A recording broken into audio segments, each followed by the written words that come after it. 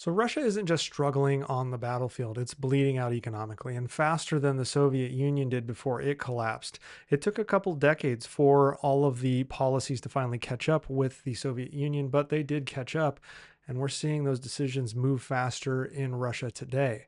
To keep its war in Ukraine going, the Kremlin has turned to extreme financial measures. It's imposed steep tax hikes and slashed core social services, driving the country closer to a meltdown. Since the invasion began in February of 2022, Russia has rolled out at least four major tax increases. In 2023, a windfall tax on companies earning over $11 million pulled in $3.5 billion for the war effort. That October, a temporary export duty based on exchange rates took $1.5 billion from Russian exporters in just 3 months. In 2024, the government raised the corporate tax rate from 20% to 25%. It also introduced a new progressive income tax ranging from 15 to 22% for incomes above $27,000 a year. The goal was to raise $29 billion for the war effort.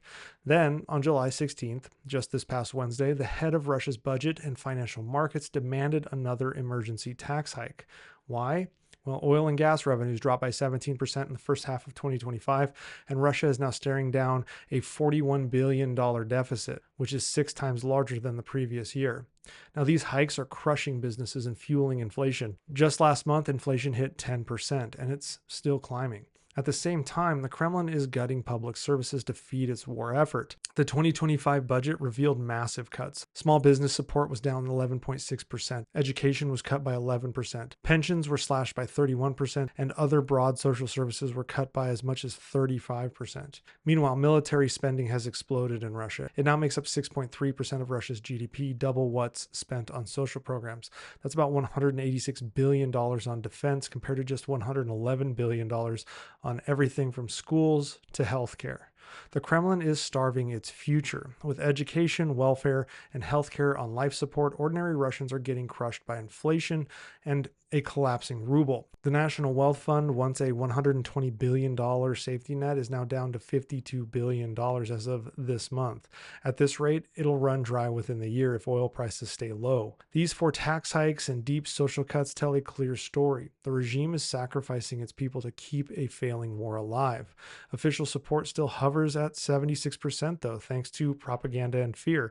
But younger Russians are growing restless. Their future is evaporating. The economy is sputtering. Growth slowed to just 1.4% in the first quarter of 2025, and it was all because of wartime manufacturing. They were manufacturing tanks, weapons, etc., things that don't necessarily benefit the economy in the future. Investment is drying up. Labor shortages are rising. Businesses are still reeling from $50 billion in assets being seized since 2022. Sanctions are finally cutting Russia off from the global markets. So, in the short term, these tax grabs might keep the war machine moving along, but in the long term, it's actually in a death spiral.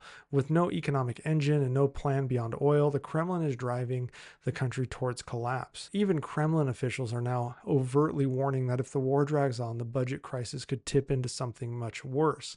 The sad part about this whole thing is as I've read through a lot of the decisions that are being made, it unfortunately sounds a lot like what we're going through here in the United States lately. That being said, the United States does have the economic depth and breadth to weather bad policy for now. Russia does not.